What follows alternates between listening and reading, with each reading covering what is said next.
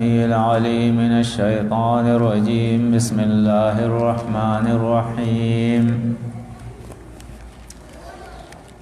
الف لام ميم. الله لا إله إلا الله لا إله إلا هو الحي القيوم.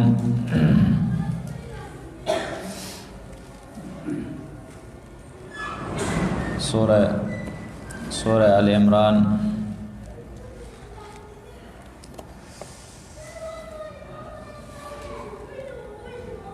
یہ سورہ مدنی سورہ ہے.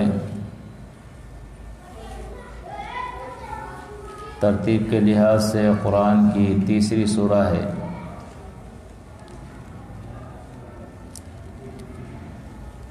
نزول کے اندر 89 ہے، 89. اس کے اندر 200 آیات ہے اور 20 رکوعات ہے.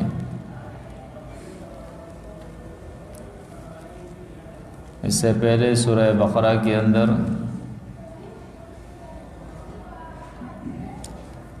اہل کتاب میں سے یہود کا تفصیلی ذکر تھا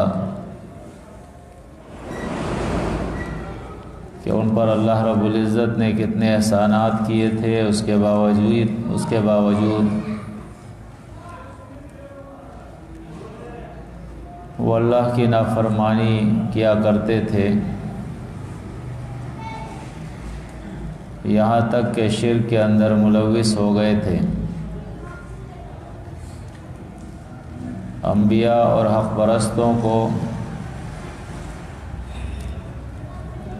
قتل کیا کرتے تھے، ان کی تکذیب کیا کرتے تھے، ان سے لڑتے تھے، اس لیے کہ وہ ان کے سامنے خالص دین بیان کرتے تھے جو ان کے خواہشات کے مطابق نہیں تھا.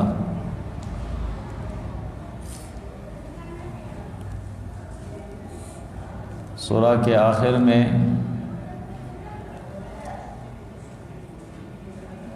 مومنین کو دعا سکھائی گئی ہے اور اس دعا کا ذکر ہے کہ اسراء کے اندر اگر کوئی بھول چوک ہو جائے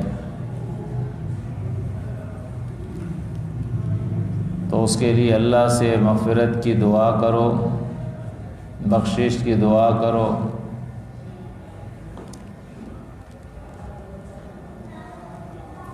دین میں آسانی کے لیے دعا کرو اور اپنے دشمن کے اوپر غلبے کے لیے اللہ ہی سے دعا کرو، کیونکہ یہ میدان ایسا ہے کہ حق بیان کرنا یہ لوہے کے دانے چبانا ہے اور کانٹوں پہ چلنا ہے.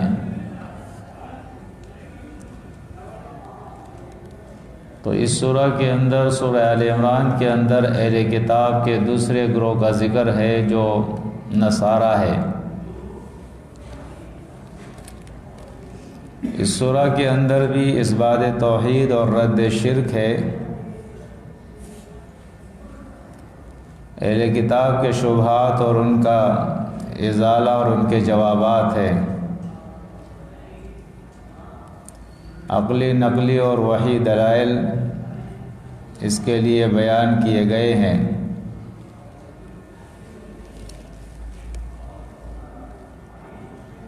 تخویف اخروی اور دنیاوی ہے، اور تخویف دنیاوی کے اندر تمثیل کے طور پر جنگ بدر کا واقعہ بھی بیان کیا گیا ہے.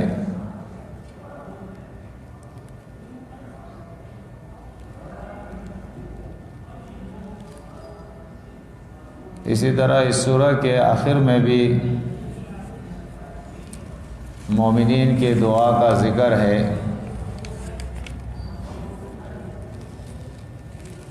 الف لام میم، یہ حروف مقطعات ہے.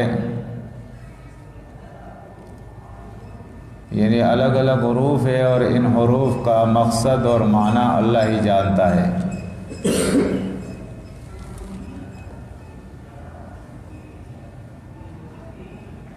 یہ کئی صورتوں کے ابتدا کے اندر ہے جس کا مقصد یہ ہوتا ہے کہ ہر چیز کو جاننے والا صرف ایک اللہ ہے،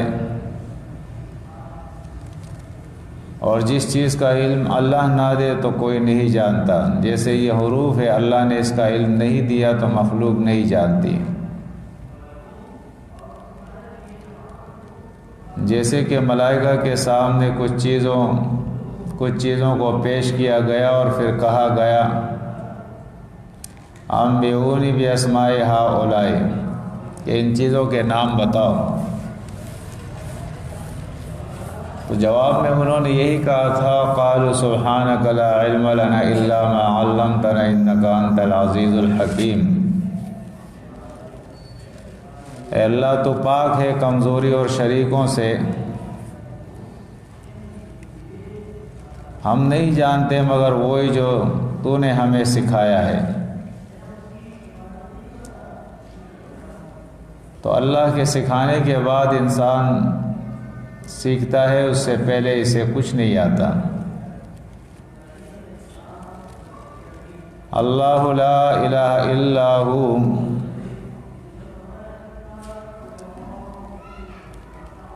اللہ رب العزت لا الہ نہیں ہے الہ، عبادت کے لائق، حاجت روا، مشکل کشا، داتا اور دستگیر، حاجتوں کو پورا کرنے والا، بگڑیاں بنانے اور بگاڑنے والا، اولادیں دینے والا، الا ہوا سوا اس اللہ کے، الحی وہ ہمیشہ زندہ ہے،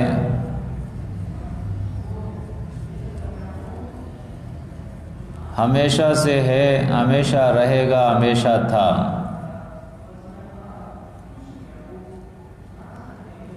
کیونکہ اس کا ذات جو ہے وہ، اس کا وجود جو ہے وہ بالذات ہے، وہ کسی سے نہ جنا ہے، نہ اس نے کسی کو جنا ہے، نہ اس کو کسی نے پیدا کیا ہے۔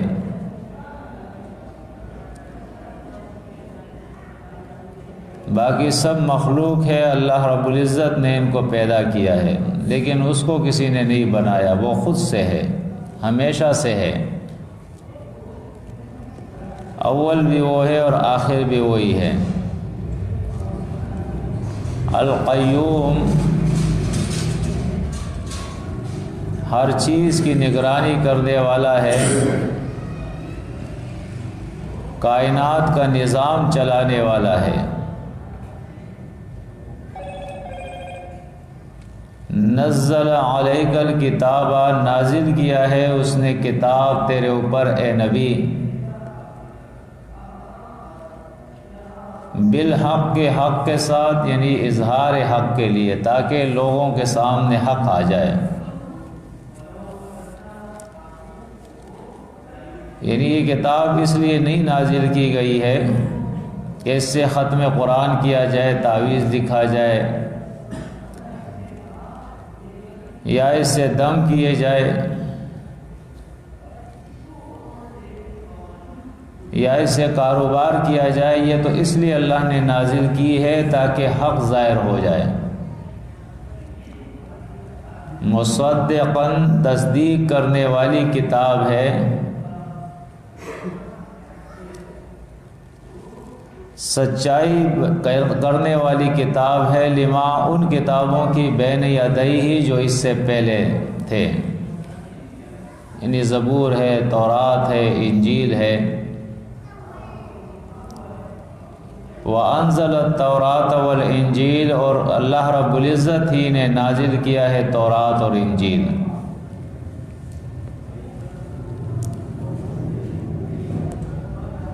بعض لوگ کہتے ہیں کہ شروع سے ایک ہی کتاب ہے، کوئی دوسری کتاب نہیں ہے۔ تو ایسے قسم کے لوگ جو ہے یہ خود بھی گمراہ ہوتے ہیں، لوگوں کو بھی گمراہ کرتے ہیں، اور خواہ غیر ضروری مسائل کے اندر لوگوں کو الجھاتے ہیں۔ ورنہ یہ مسئلہ تو قرآن سے بالکل واضح ہے کہ تورات الگ کتاب تھی، انجیل الگ کتاب تھی۔ تورات موسیٰ علیہ السلام پہ نازل ہوئی تھی، انجیل عیسیٰ علیہ السلام پہ نازل ہوئی تھی، زبور داؤد علیہ السلام پہ نازل ہوئی تھی۔ اسی طرح اللہ رب العزت نے ابراہیم علیہ السلام پہ صحیفے نازل کیے تھے، اور قرآن مجید جس کو فرقان بھی کہا گیا ہے، یہ محمد الرسول اللہ صلی اللہ علیہ وسلم پر نازل کیا گیا ہے۔ اور اس کی آسان مثال یہ ہے کہ جیسے آپ کئی صورتیں ہیں، آپ سورہ احزاب لے لیں تو سورہ احزاب کے اندر اللہ رب العزت نے زید رضی اللہ تعالیٰ عنہ کا واقعہ بیان کیا ہے۔ تو اب زید جو ہے وہ موسیٰ علیہ السلام کے دور میں نہیں تھے، عیسیٰ علیہ السلام کے دور میں نہیں تھے، وہ محمد رسول اللہ صلی اللہ علیہ وسلم کے دور میں تھے۔ انہوں نے طلاق اپنی بیوی کو محمد صلی اللہ علیہ وسلم کے دور میں دی تھی، جس کا تفصیل سے قرآن نے واقعہ بیان کیا ہے۔ اس طرح کی کئی چیزیں ہیں، اختصار کے ساتھ میں نے صرف ایک مثال دی ہے۔ فرمایا من قبل، اس سے پہلے یعنی اس قرآن سے پہلے اللہ نے توریت اور انجیل کو نازل کیا تھا۔ ھدی للناس، ہدایت ہے لوگوں کے لیے، یعنی رہنمائی تھی لوگوں کے لیے یہ کتابیں جو اللہ نے نازل کی تھی۔ وَأَنزَلَ الْفُرْقَانَ، اور نازل کیا ہے اللہ نے فرقان کو۔ اگرچہ اس میں بھی مفسرین کے مختلف اقوال ہے، بعض نے اس سے زبور بھی مراد لیا ہے، دوسرے اقوال بھی ہے، لیکن بہتر قول اس میں یہ ہے کہ فرقان سے مراد قرآن ہے۔ اللہ رب العزت نے قرآن کو نازل کیا ہے۔ ان الذین، بے شک وہ لوگ، کفروا، جنہوں نے انکار کیا ہے، کفر کیا ہے، بآیات اللہ، اللہ کی آیتوں کا، چاہے وہ کوئی بھی ہو، اس امت سے اس کا تعلق ہو یا اس امت سے پہلے امم میں سے ہو، یا اس امت میں سے کوئی بھی جماعت ہو، اگر اس کے اندر یہ صفت پائی جاتی ہے کفروا بآیات اللہ، وہ اللہ کی آیاتوں کا انکار کرتا ہے، زبان سے یا عمل سے یا کتمان حق کر کے، لہم عذاب شدید، فرمایا ان کے لیے عذاب ہے شدید۔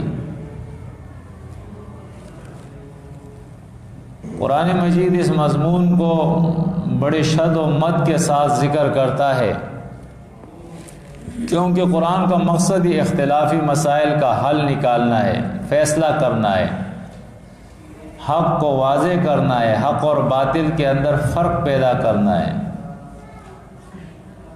تو قرآن ہی کا اگر انکار کیا جائے یا اس کی آیات کو چھپایا جائے تو اس سے بڑا جرم پھر کون سا ہو سکتا ہے؟ ایسے شخص کو اللہ رب العزت نے بڑا ظالم کیا کہا ہے، اور ایسے لوگوں کے لیے شدید عذاب ہے۔ اگرچہ آج جتنے بھی فرقے ہیں وہ اس جرم کو معمولی سا جرم سمجھتے ہیں،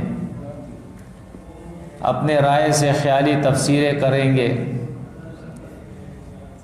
قرآن کے سیاق اور سباق کے خلاف جو ہے ترجمہ اور تفسیر کریں گے، قرآن کے مضمون اور مقاصد کے خلاف اپنی رائے جو ہے اس کے اندر داخل کریں گے۔ حالانکہ قرآن کہتا ہے کہ ایسے لوگوں کے لیے شدید عذاب ہے۔ واللہ عزیز ذو انتقام، اور اللہ غالب اور انتقام لینے والا ہے، یعنی یہ مجرم ہے اللہ کے، اور ایسے لوگوں کو اللہ ضرور اپنی عدالت کے اندر کھڑا کرے گا اور ان کو سزا دے گا، اور اس بات کے اوپر وہ غالب ہے، کر سکے گا اس کو، وہ اس سے مجبور نہیں ہے۔ اور متنبہ کیا جا رہا ہے ان اللہ، بے شک اللہ، لا یخفی علیہ شیء، نہیں چھپتا اس سے کوئی بھی چیز، فی الارض، زمین میں، ولا فی السماء، اور نہ آسمان کے اندر۔ یعنی جو لوگ یہ کام کرتے ہیں، اللہ کی کتاب کی آیات کا انکار کرتے ہیں یا اس آیات کو چھپاتے ہیں، تو وہ یہ نہ سمجھے کہ ان کے یہ کرتوت اور ان کا یہ عمل اللہ سے چھپ جائے گا۔ اللہ کے سے کوئی چیز، نہ آسمانوں میں نہ زمین کے اندر، کوئی ایسی چیز نہیں جو چھپ سکے۔ هو الذی یصورکم فی الارحام کیف یشاء، توحید کے اوپر دلیل عقلی ہے۔ اللہ وہ ہے جس نے جو صورکم، صورت بناتا ہے تمہاری، فی الارحام، رحموں کے اندر، ماں کے رحم کے اندر، کیف یشاء، جیسے وہ چاہتا ہے، کالا بنائے، سفید بنائے، لمبا بنائے یا ٹنگنا بنائے،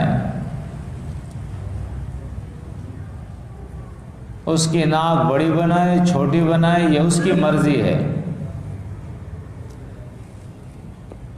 پوری جسامت والا بنائے یا اس کے اندر کوئی نقص پیدا کر دے،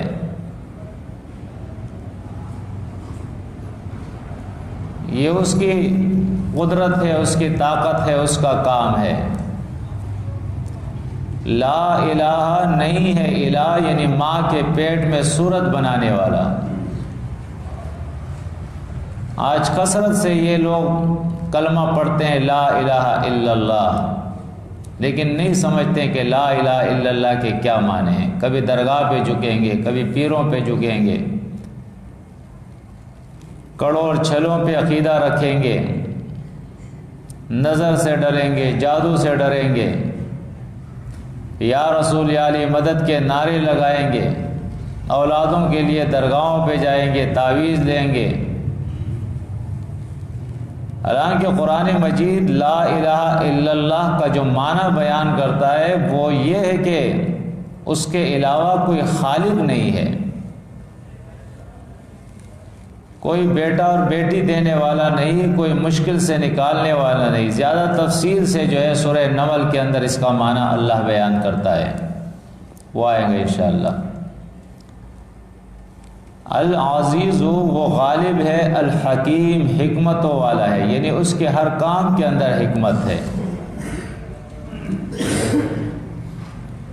اب اس کے بعد جواب ہے ان شبہات کا جو اہل کتاب بیان کرتے تھے۔ ہر دور کے اندر مشرک جب شرک کرتا ہے تو اس کے لیے کوئی نہ کوئی اپنے لیے دلیل ڈھونڈتا ہے۔ جیسے آج ہمارے اس دور کے اندر اگر کوئی جادو میں اثر مانتا ہے تو اس کے ساتھ باذن اللہ لگا لے گا، دجال کی الوہیت کا عقیدہ رکھے گا تو اس کے لیے روایتوں کا سہارا لے لے گا، نبی پر جادو کا اثر مانے گا تو اس کے لیے روایتوں کا سہارا لے لے گا، تعویذ کو اگر گلے میں لٹکائے گا تو اس کے لیے شفا کا سہارا لے لے گا کہ اللہ نے قرآن کو شفا کہا ہے۔ تو اسی طرح اہل کتاب نے بھی یہ حرکتیں کی تھی۔ جب ان سے کہا جاتا تھا کہ الہ تمہارا ایک ہے، عیسیٰ علیہ السلام الہ نہیں ہے، بی بی مریم الہ نہیں ہے،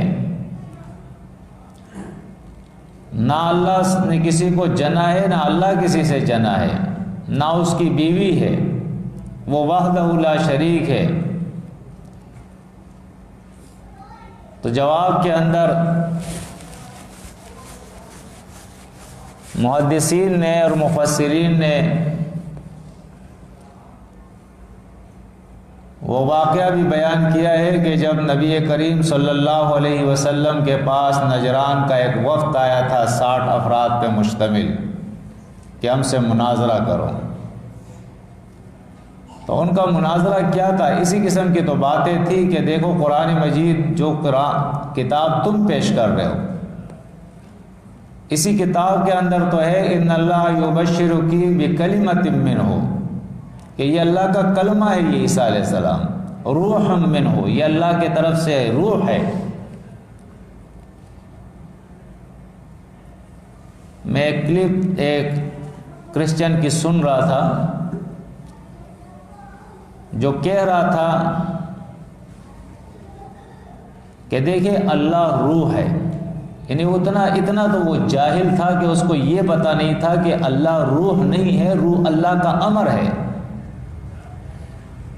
اس نے پہلے اللہ کو روح بنایا، جس طرح آج ہماری امت کے اندر اس دور کے مشرکین پہلے اللہ کو نور بناتے ہیں اور پھر اللہ کے نور کا ٹکڑا نبی علیہ السلام کو بنا دیتے ہیں، حالانکہ نور اللہ کی مخلوق ہے۔ اسی طرح روح جو ہے اللہ فرماتا ہے وَيَسْأَلُونَكَ عَنِ الرُّوحِ قُلِ الرُّوحُ مِنْ أَمْرِ رَبِّي، روح کے بارے میں پوچھتے تو ان سے کہو یہ اللہ کے امر میں سے ہے۔ قرآن کو اللہ نے روح کہا، عیسیٰ علیہ السلام کو اللہ نے روح کہا، جبریل علیہ السلام کو اللہ نے روح کہا۔ جو چیزیں اللہ کے امر میں سے ہیں ان کو روح کہا جاتا ہے، روح اللہ نہیں ہے۔ تو عیسیٰ علیہ السلام اللہ کا روح، اللہ کے طرف سے روح اس لیے کہا گیا کہ وہ امر میں سے ہے، کلمہ ہے وہ۔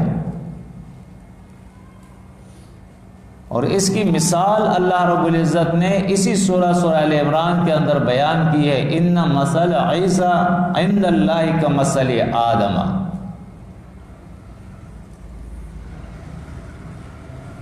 خلقہ من تراب ثم قال له کن فیکون۔ اللہ رب العزت کے نزدیک عیسیٰ علیہ السلام کی مثال جو ہے وہ آدم علیہ السلام کی طرح ہے۔ جس طرح اللہ رب العزت نے آدم علیہ السلام کو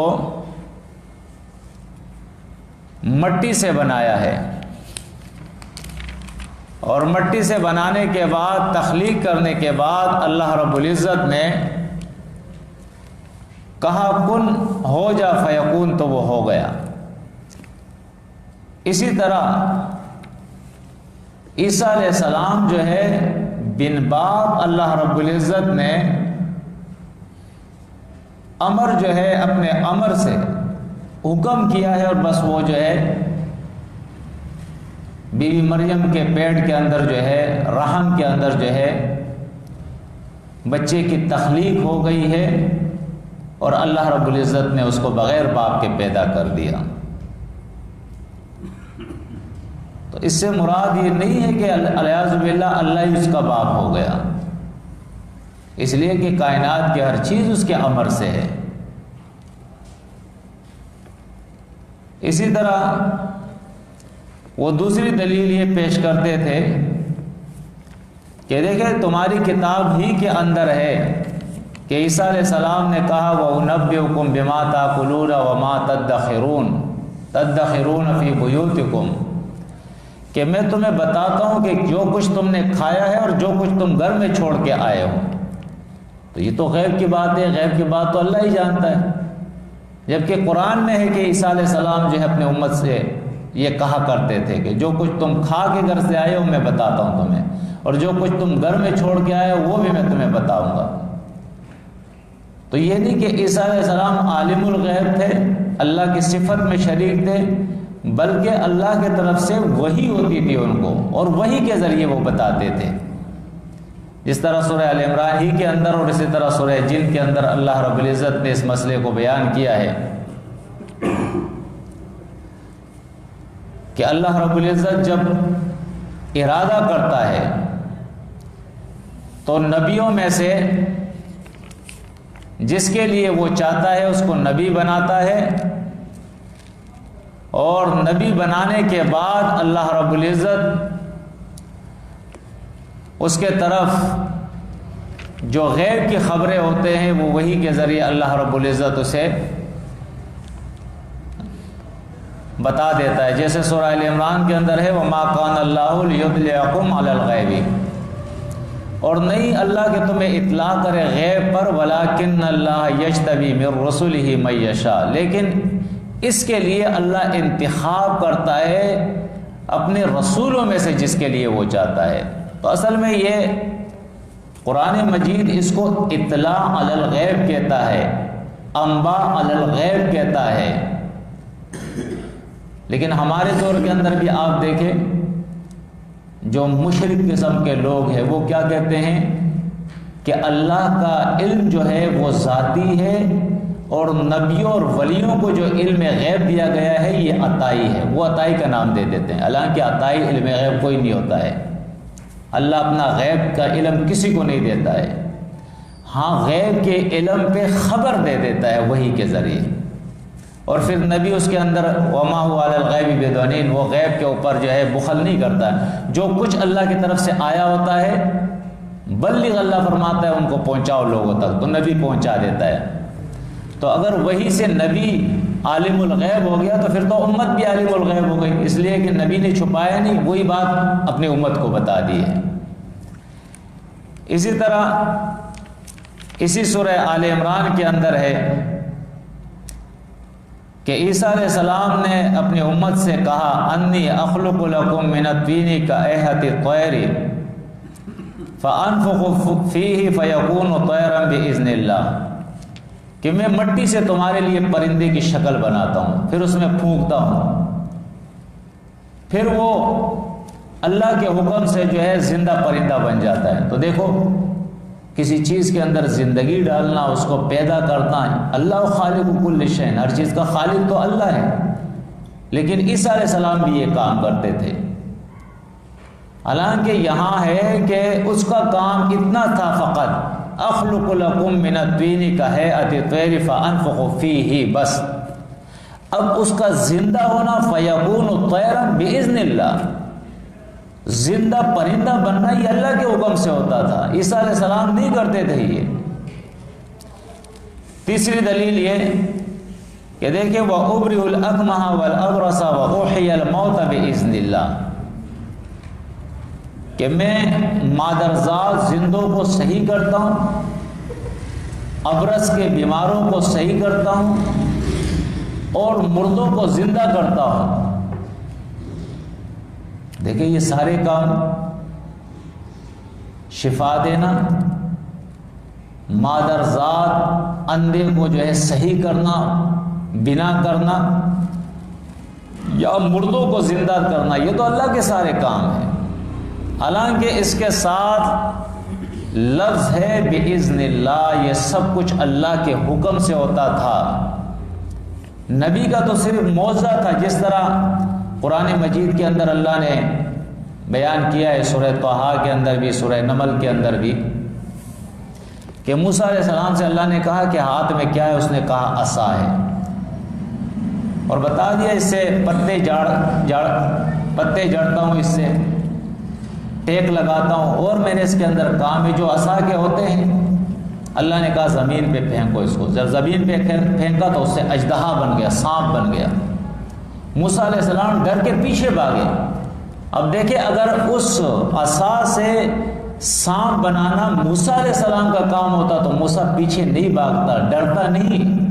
اللہ نے تسلی دی، قلنا لا تخف، اے موسیٰ آپ مت ڈریے، خذھا، اس کو پکڑو، سنعیدھا سیرتھا الاولیٰ، ہم اس کو دوبارہ لاٹھی بنا دیں گے، عصا بنا دیں گے. تو لاٹھی سے سانپ بنانا، سانپ سے لاٹھی بنانا یہ موسیٰ علیہ السلام کا کام نہیں تھا، یہ اللہ کا کام تھا، اللہ کا فعل تھا یہ. اسی لیے معجزے کو معجزہ کہتے ہیں کہ نبی اس کے اظہار سے عاجز ہوتا ہے. اور قرآن 2 مرتبہ اپنی کتاب کے اندر اللہ اس کی وضاحت کرتا ہے، ما کان لرسول ان یأتی بآیۃ الا باذن اللہ، کسی نبی کے اندر یہ طاقت نہیں کہ کوئی معجزہ دکھائے، وہ اللہ کے حکم سے ہوتا ہے.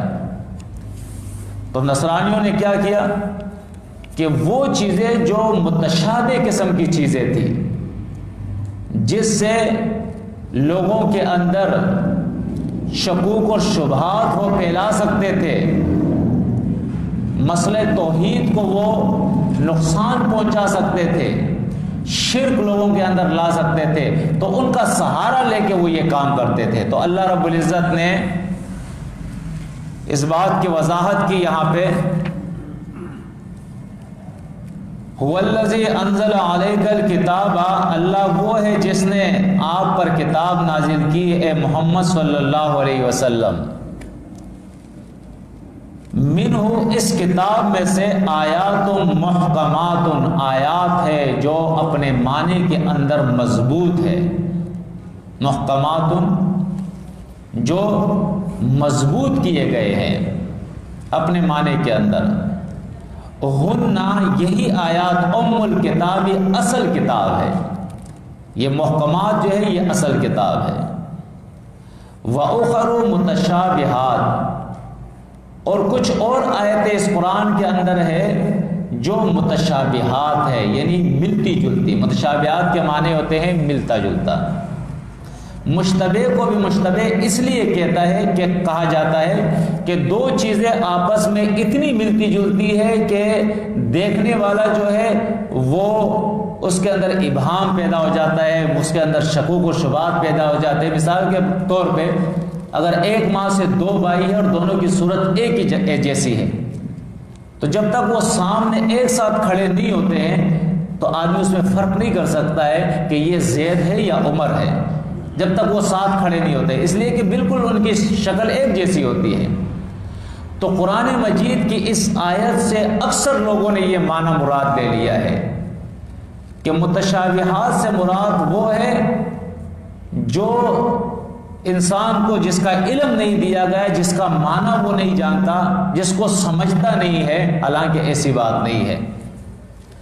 متشابہات کو متشابہات اس لیے کہتے ہیں کہ وہ ملتی جلتی آیتیں ہوتی ہے، یعنی ایک محکمات ہے جس کے اندر اللہ نے اپنے احکامات بیان کیے ہیں، سورۃ محکمۃ، جس طرح سورہ محمد کے اندر آتا ہے کہ وہ سورت جس کے اندر اللہ نے قتال کا حکم نازل کیا ہے اس کو سورہ محکمہ کہا گیا ہے۔ تو احکام والی صورتیں جتنی بھی ہے، آیتیں جتنی بھی ہے، وہ محکم آیات ہے۔ ایک محکم کی تفسیر یہ ہے۔ دوسری محکم کی تفسیر جو ہے وہ سورۃ الحج کے اندر ہے۔ درس تھوڑا سا آج لمبا ہوگا، لیکن چونکہ یہ ضروری بھی ہے تو اس لیے اس کو ہم برداشت کریں گے، کیونکہ اکثر لوگ جو ہے اس کے اندر غلطیاں کرتے ہیں۔ تو سورۃ الحج کے اندر محکم کے دوسرے معنی وہ بیان کیے گئے ہیں آیت نمبر 52 کے اندر، وَمَا أَرْسَلْنَا مِن قَبْلِكَ مِن رَّسُولٍ وَلَا نَبِيٍّ، اللہ فرماتے ہیں ہم نے کوئی رسول اور نبی آپ سے پہلے محمد صلی اللہ علیہ وسلم نہیں بھیجا، إِلَّا إِذَا تَمَنَّا أَلْقَى الشَّيْطَانُ فِي أُمْنِيَّتِهِ، لیکن جب بھی اس نبی کے طرف اللہ نے وحی بھیجی اور اس نبی نے اس کا املا کیا ہے، لوگوں کو سنایا ہے، وہ آیتیں سنائی ہے۔ اب جب نبی کی وہ تعلیم عام ہوتی تھی، لوگوں میں پھیل جاتی تھی، ان آیات کو لوگ پڑھتے تھے اور نبی دنیا سے چلا جاتا تھا، تو پھر کیا ہوتا تھا؟ القى الشیطان فی امنیتہ، اسی نبی کے دیے ہوئے تعلیم کے اندر شیطان القاء شروع کر دیتا تھا، جس طرح آج ہمارے یہاں ہوا ہے۔ تفسیریں لکھ کر بہت کچھ لوگوں نے اس کے اندر داخل کر دیا ہے، حدیثوں کے اندر اپنے طرف سے روایتیں گڑ گڑ کے اس کے اندر داخل کر دی ہے، فقہ کی کتابوں کے اندر بہت گڑبڑ شروع کر دیا۔ تو اس طرح وہ جو دین خالص تھا، اس دین خالص کے اندر انہوں نے ملاوٹ کر دی۔ تو اللہ رب العزت فرماتا ہے فَيَنْسَخُ اللَّهُ مَا يُلْقِ الشَّيْطَانُ، پس اللہ نے منسوخ کی وہ چیزیں جو شیطان نے القاء کی تھی، ثُمَّ يُحْكِمُ اللَّهُ آیَاتِهِ، پھر اللہ نے اپنی آیات کو محکم کر دیا، مضبوط کر دیا، یعنی اس شیطانی القاء سے اس کو صاف کر دیا۔ تو ایک ہے منسوخ، ایک ہے غیر منسوخ۔ منسوخ وہ ہے جو شیطان القاء کرتا ہے، اور غیر منسوخ وہ ہے جو اللہ کی کتاب ہے۔ لیکن آج افسوس سے کہنا پڑتا ہے کہ بہت سارے لوگ، کثرت سے لوگ یہ کہتے ہیں کہ قرآن میں منسوخ آیتیں ہیں۔ یہ سوچتے سمجھتے نہیں ہیں، قرآن میں منسوخ آیتیں نہیں ہیں۔ اللہ منسوخ کرتا ہے شیطانی القاء کو، فَيَنْسَخُ اللَّهُ مَا يُلْقِي الشَّيْطَانُ، جو شیطان القاء کرتا ہے وحی کی جو کتابیں ہوتی ہیں اس کے اندر، تو اللہ ان شیطانی جو القاء ہوتی ہے اس کو منسوخ کرتا ہے، ثم یحکم اللہ آیاتی، اور اللہ اپنی آیات کو محکم کرتا ہے۔ تو یہ بھی ایک عقیدے کی بات ہے کہ اللہ کی کتاب کے بارے میں آپ یہ عقیدہ رکھیں کہ اللہ کی کتاب منسوخ نہیں، محکم ہے۔ اللہ کی کتاب محکم ہے، اس لیے محکم ہے کہ اس کتاب کے بارے میں اللہ فرماتا ہے اِنَّا نَحْنُ نَزَّلْنَا الذِّكْرَ وَإِنَّا لَهُ لَحَافِظُونَ، ہم نے اس کتاب کو نازل کیا اور ہم اس کی حفاظت کرنے والے ہیں۔ تو قیامت تک اس کتاب کی حفاظت کی اللہ نے ذمہ داری لی ہے، کوئی شیطانی القاء اس کتاب کے اندر نہیں ہو سکتی ہے۔ اب ایک آیت اور دیکھیں، سورۃ الزمر کے اندر دیکھیں، آیت نمبر 23 کے اندر، تو یہاں اللہ رب العزت فرماتا ہے اللہ نزل احسن الحدیث کتابا متشابہا۔ اب آپ دیکھیں یہاں پوری کتاب کو اللہ نے کتاب متشابہہ کہا ہے کہ یہ کتاب ہے متشابہ، یعنی ایک دوسرے سے ملتی جلتی۔ حالانکہ وہاں سورہ آل عمران میں اللہ نے فرمایا کہ اس کے اندر کچھ آیتیں ہیں محکم اور کچھ ہے متشابہ۔ یہاں اللہ فرماتا ہے یہ کتاب پوری کی پوری متشابہ ہے۔ اور اگر آپ سورۃ ہود کے دوسری آیت آپ دیکھیں گے تو وہاں اللہ فرماتا ہے الف لام را کتاب احکمت آیاتہ، یہ وہ کتاب ہے جس کی آیات کو اللہ نے محکم کر دیا ہے۔ تو اب دیکھیں مسئلہ کتنے واضح ہو گیا ہے کہ یہ کتاب، اس کی ہر آیت دوسری آیت سے ملتی جلتی ہے، اس لیے یہ پوری کتاب محکم ہے۔ اس سے کیونکہ اللہ رب العزت نے شیطانی القاء کا ہر دروازہ بند کر دیا ہے، لا یاتی الباطل من بین یدیہ ولا من خلفہ، آگے اور پیچھے اس سے شیطان باطل اس کے اندر داخل نہیں ہو سکتا ہے۔ تو اس طرح یہ پوری کتاب جو ہے یہ محکم ہو جاتی ہے، یعنی وہ جو احکامات کی کتاب ہے آیتیں ہیں، اور وہ جو احکامات کے علاوہ ہے جو متشابہ آیات ہے وہ بھی محکم سے مل کر محکم ہو جاتی ہے، اور جو محکم آیتیں ہیں وہ متشابہ سے مل کر متشابہ ہو جاتی ہے۔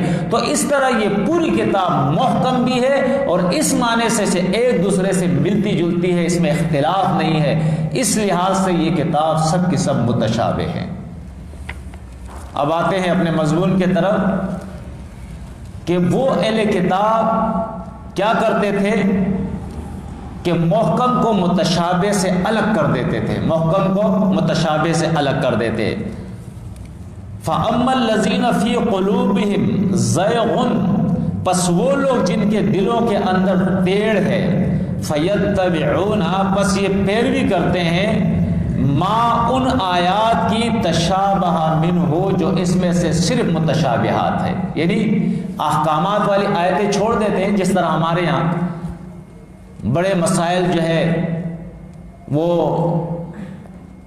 نور اور بشر کا مسئلہ ہے، سماع موتا کا مسئلہ ہے، اور اسی طرح جو ہے کئی مسائل ہیں جس کے اندر مناظرے ہوتے ہیں، فاتحہ خلف الامام ہے، اور اسی طرح جو ہے رفع الیدین کے مسئلے ہیں، تراویح کے مسئلے ہیں، کئی مسائل ہیں۔ ان مسائل کو لے کر آپس میں اختلاف، جھگڑے، مناظرے، یہ ساری چیزیں ہیں، لیکن جو احکامات کی آیتیں ہیں جس پر عمل کرنا ہے، حکم ہے، اس کو چھوڑ دیا ہے۔ جتنے بھی فرقے آپ دیکھیں، معاملات سارے بگڑے ہوئے ہیں، اللہ کے احکامات پہ عمل نہیں ہے، صرف بحث اور مباحثے ہیں، مناظرے ہیں۔ تو یہ کام یہ اہل کتاب کرتے تھے کہ وہ متشابہ آیات لے کر صرف اس کی پیروی شروع کر دیتے تھے، اور جو عمل کرنے والی آیتیں ہیں ان کو چھوڑ دیتے تھے۔ فرمایا یہ کیوں ایسا کرتے تھے؟ حالانکہ وہ بھی تو اللہ کی آیتیں تھیں، ابتغاء تأویلہ، ابتغاء الفتنہ، فتنہ تلاش کرنے کے لیے، فتنہ طلب کرنے کے لیے۔ تاکہ لوگ اللہ کی کتاب پر عمل نہ کریں بلکہ اللہ کی کتاب سے رک جائے۔ دیکھیں آج بھی اکثریت ہمارے احبار اور رہبان کی جو قرآن نے بتائی ہے نا، یا ایھا الذین آمنوا ان کثیرا من الاحبار والرہبان لیاکلون اموال الناس بالباطل ویصدون عن سبیل اللہ، آج بھی ہماری اکثریت مولوی اور پیروں کی دکانداری دین کو بنا کر اللہ کے راہ سے لوگوں کو روکا ہوا ہے، حق مسئلہ نہیں بیان کرتے، ان چیزوں کے اندر الجھا کر وہ اصل مسائل ان سے جو چھپا دیے جاتے ہیں۔ تو فرمایا یہ اس لیے کرتے ہیں ابتغاء الفتنتی، تاکہ اللہ کے دین سے لوگوں کو روکے، فتنہ بمعنی رکاوٹ کے۔ فَاحْذَرْهُمْ أَن يَفْتِنُوكَ عَن بَعْضِ مَا أَنزَلَ اللَّهُ إِلَيْكَ، سورہ مائدہ کے اندر یہ معنی آتا ہے۔ اور دوسرا وَابْتِغَاءَ تَأْوِيلِهِ، تاکہ اس کی حقیقت کو یہ جو ہے تلاش کر سکے۔ تو لگے رہیں گے ایک ایک آیت کے اندر بڑے بڑے صفحات جو ہے وہ کالے کر دیں گے، بڑی بڑی لمبی لمبی تقریریں ہوگی کہ بھائی اس کا یہ معنی نہیں، یہ معنی ہے، یہ معنی نہیں، یہ معنی ہے۔ اس کے اندر بڑی بڑی بحثیں شروع ہو جائے گی اور یہ کوشش کی جائے گی کہ اس کے تہ تک میں پہنچ سکوں۔ اللہ فرماتا ہے وَمَا يَعْلَمُ تَأْوِيلَهُ إِلَّا اللَّهُ، بعض چیزیں ایسی ہوتی ہے جس کی حقیقت تک انسان نہیں پہنچ سکتا جب تک اللہ نے اس کا علم نہ دیا ہو۔ اس لیے اللہ نے یہ موقف ہمیں دیا اپنی کتاب کے اندر، وَلَا تَقْفُ مَا لَيْسَ لَكَ بِهِ عِلْمٌ، جس چیز کا علم اللہ نے نہیں دیا اس کے پیچھے مت پڑو۔ فرمایا إِلَّا اللَّهُ، تو اس کی حقیقت اللہ کے سوا کوئی نہیں جانتا ہے۔ مثال کے طور پہ سلیمان علیہ السلام کے کرسی پر اللہ نے جسد ڈالا، اب وہ جسد کیا تھا کسی کو نہیں پتا ہے۔ اب ہمارا کیا کام ہے کہ اس کے پیچھے پڑ جائے کہ وہ جسد کیا تھا؟ بس اللہ نے علم نہیں دیا، چھوڑ دو اس کو، جتنا قرآن نے بس اس کو لے لو اور باقی چھوڑ دو۔ اسی طرح کئی چیزیں ہیں جس کے قرآن نے تفصیل نہیں کی تو اس کے پیچھے نہیں پڑنا چاہیے، بس جتنا قرآن نے بیان کر دیا اس کو لے لینا چاہیے۔ والراسخون فی العلم، اور وہ جو علم کے اندر مضبوط ہوتے ہیں، یقولون کہتے ہیں آمنا بھی، ہم ایمان لائے ہیں اس کتاب پر، کل من عند ربنا، یہ سب کے سب ہمارے رب کے طرف سے ہے، چاہے وہ محکمات ہو چاہے وہ متشابہات ہو۔ وما یذکر الا اولو الالباب، نصیحت نہیں لیتے مگر جو عقل والے ہوتے ہیں، لب والے ہوتے ہیں، خالص عقل والے، ملاوٹ والے نہیں، جن کا عقل خالص ہوتا ہے، ملاوٹ سے پاک ہوتا ہے۔ اور وہ دعا کرتے ہیں اللہ سے، کیا کہتے ہیں؟ ربنا، اے ہمارے رب، لا تزغ قلوبنا، مت ٹیڑھا کیجئے ہمارے دلوں کو، بعد اذ ہدیتنا، بعد اس کے کہ تو نے ہمیں ہدایت دی، وہب لنا، اور دیجئے ہمیں، من لدن کا اپنے طرف سے، رحمتن، رحمت، مہربانی، انک بے شک تو، انت الوہاب، اے اللہ تو ہی داتا ہے، تیرے علاوہ کوئی داتا نہیں، تیرے علاوہ کوئی دینے والا بخشنے والا نہیں۔ ربنا، اے ہمارے رب، انک بے شک تو، جامع الناس، جمع کرنے والا ہے لوگوں کو، لیومن، اس دن کے لیے، لا ریب فیہ، جس میں کوئی شک نہیں، جس کے آنے میں کوئی شک نہیں، یعنی یوم الحساب، یوم الحشر، اس دن سارے لوگوں کو اللہ تو جمع کرے گا۔ ان اللہ، بے شک اللہ، لا یخلف المیعاد، وہ خلاف نہیں کرتا اپنے وعدے کی۔ سبحانک اللہم و بحمدک، اشہد ان لا الہ الا انت، استغفرک۔